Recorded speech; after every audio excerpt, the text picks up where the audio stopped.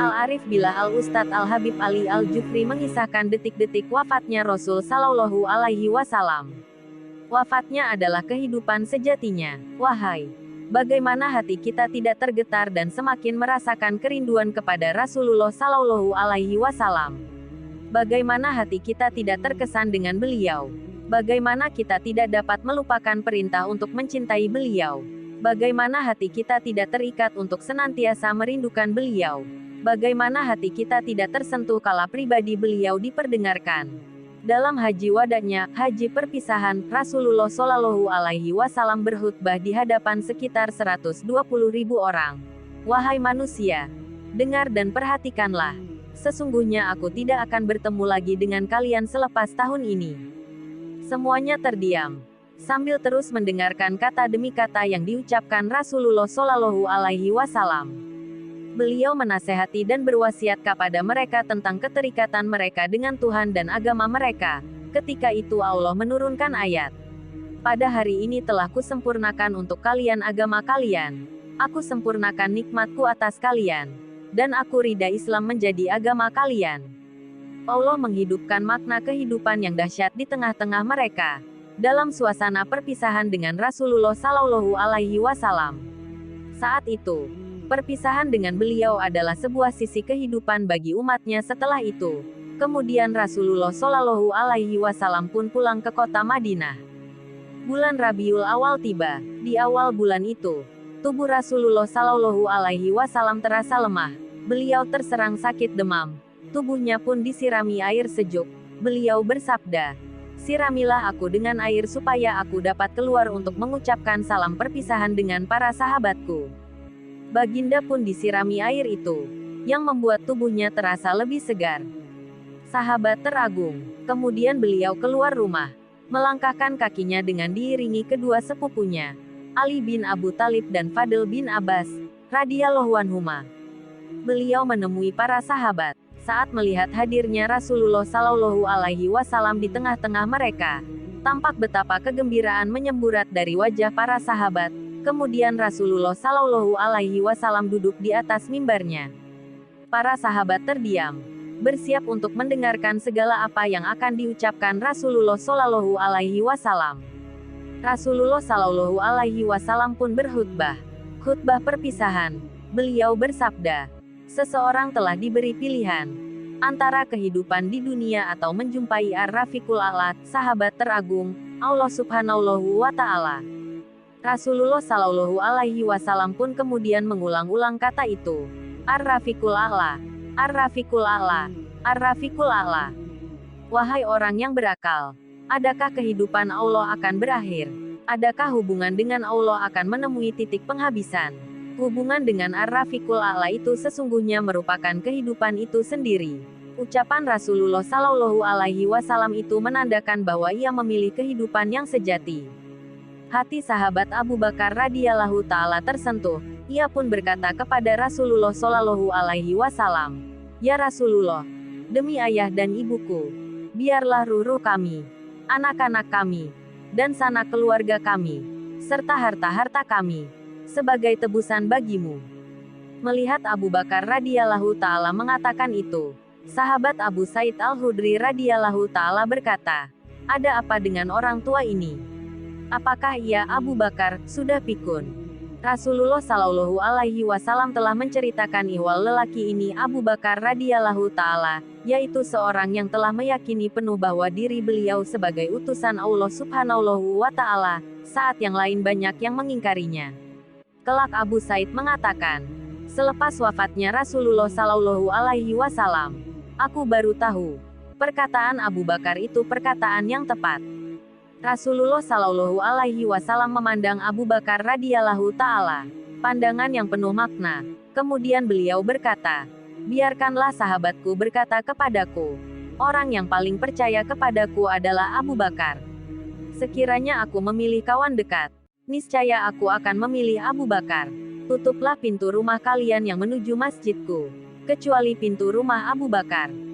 Wasiat-wasiat Rasulullah Shallallahu Alaihi Wasallam. "Ya Rasulullah, berwasiatlah kepada kami," ujar para sahabat. Kala itu, Di antara yang diwasiatkan Rasulullah Shallallahu Alaihi Wasallam, berwasiatlah kalian terhadap para wanita dengan kebaikan. Wasiat ini menyimpan makna yang luar biasa yang beliau katakan di saat beliau hendak mengucapkan salam perpisahan kepada sekalian umatnya. Maknanya agar kita mewujudkan hubungan yang baik sesama kita sepeninggal beliau, yang dengannya kehidupan akan berjalan harmonis.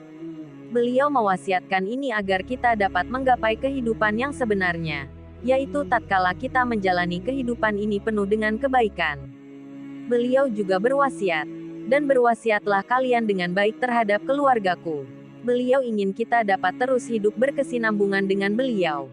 Kenapa beliau mengatakan, keluarga, yang dinisbahkan sebagai keluarga beliau, keluargaku? Hal itu disebabkan beliau ingin mengajarkan kepada kita bahwasanya perpindahan beliau dari alam dunia tidak dimaksudkan sebagai terputusnya hubungan umat dengan beliau. Seakan beliau mengatakan, hubungan kalian denganku tak akan terputus sekali kalian berhubungan dengan keluargaku. Wasiat beliau lainnya, janganlah kalian menjadi kafir selepas kepergianku dan janganlah kalian berperang satu sama lain. Beliau pun terus berwasiat kepada para sahabat dengan wasiat-wasiat lain yang beliau berikan kepada mereka. Sebagian di antara mereka mengatakan, "Ya Rasulullah, jika engkau wafat, siapakah yang akan memandikanmu?" Beliau menjawab, "Seseorang di antara ahlul baitku." Hati mereka amat tersentuh dengan perpisahan yang akan mereka lalui. Perpisahan antara mereka dengan Rasulullah Shallallahu Alaihi Wasallam. Kemudian mereka berkata lagi, "Dengan apa engkau kami kafankan?" Saat melihat rasa gundah melanda hati para sahabatnya, air mata Rasulullah Shallallahu Alaihi Wasallam pun berlinang. Beliau menjawab, "Bahan dalam pakaianku ini, atau kain dari Yaman, atau jubah dari Syam, atau kapas dari Mesir." Abu Bakar mengimami salat. Mereka terus bertanya kepada Rasulullah dengan pertanyaan lainnya. Setelah banyaknya pertanyaan sebagai persiapan bagi para sahabat bila sewaktu-waktu Rasulullah Shallallahu Alaihi Wasallam wafat dan meninggalkan mereka, Rasulullah Shallallahu Alaihi Wasallam pun menangis.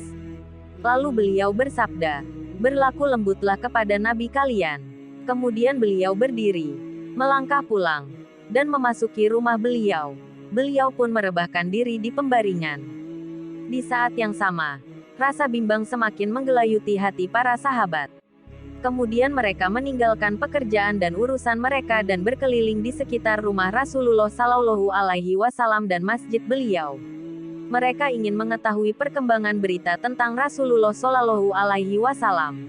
Sampai tiba pada waktu salat. Sedangkan imam mereka, Rasulullah Shallallahu Alaihi Wasallam tidak kunjung keluar untuk salat bersama mereka. Para sahabat pun semakin bertambah bimbang. Kemudian Rasulullah Shallallahu Alaihi Wasallam berkata kepada Aisyah, "Perintahkan Abu Bakar untuk mengimami salat." Aisyah radhiyallahu taala putri Abu Bakar radhiyallahu taala berkata kepada beliau, "Ayahku seorang yang kurus dan aku khawatir ia akan menangis dan tak sanggup berdiri. Mintalah dari Umar, ya Rasulullah."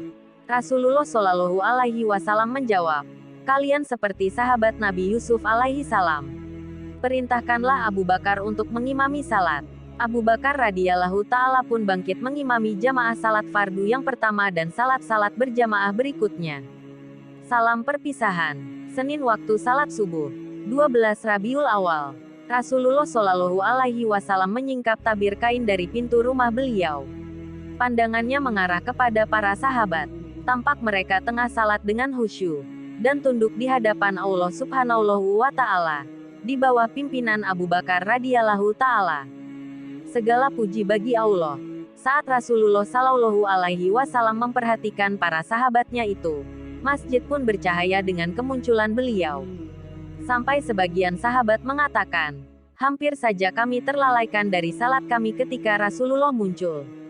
Abu Bakar radhiyallahu taala hampir saja mundur dari pengimaman. Sementara para sahabat yang lainnya hampir saja memalingkan pandangannya kepada Rasulullah Shallallahu Alaihi Wasallam. Rasulullah Shallallahu Alaihi Wasallam menunjuk dengan tangan beliau, "Tetaplah di tempat kalian."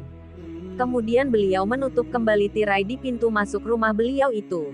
Para sahabat mengatakan, itulah saat terakhir Rasulullah Shallallahu Alaihi Wasallam memandangi para sahabatnya. Abdullah bin Mas'ud radhiyallahu ta'ala, pembantu Rasulullah Shallallahu alaihi wasallam mengatakan, ketika Rasulullah Shallallahu alaihi wasallam melihat mereka, beliau mengatakan, Allah memelihara kalian, Allah memberkati kalian, Allah menguatkan kalian, Allah menolong kalian, Allah membantu kalian. Inilah salam perpisahan dari seorang yang merindukan para sahabatnya. Para sahabat pun memberi salam kepada Rasulullah Shallallahu alaihi wasallam dan keluar dari masjid. Dikatakan, para sahabat bergembira saat mendapati Rasulullah Shallallahu alaihi wasallam memperhatikan mereka dari pintu rumah beliau.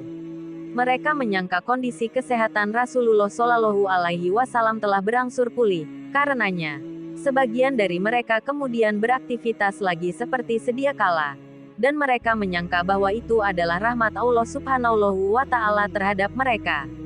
Wallahu a'lam. Semoga bermanfaat.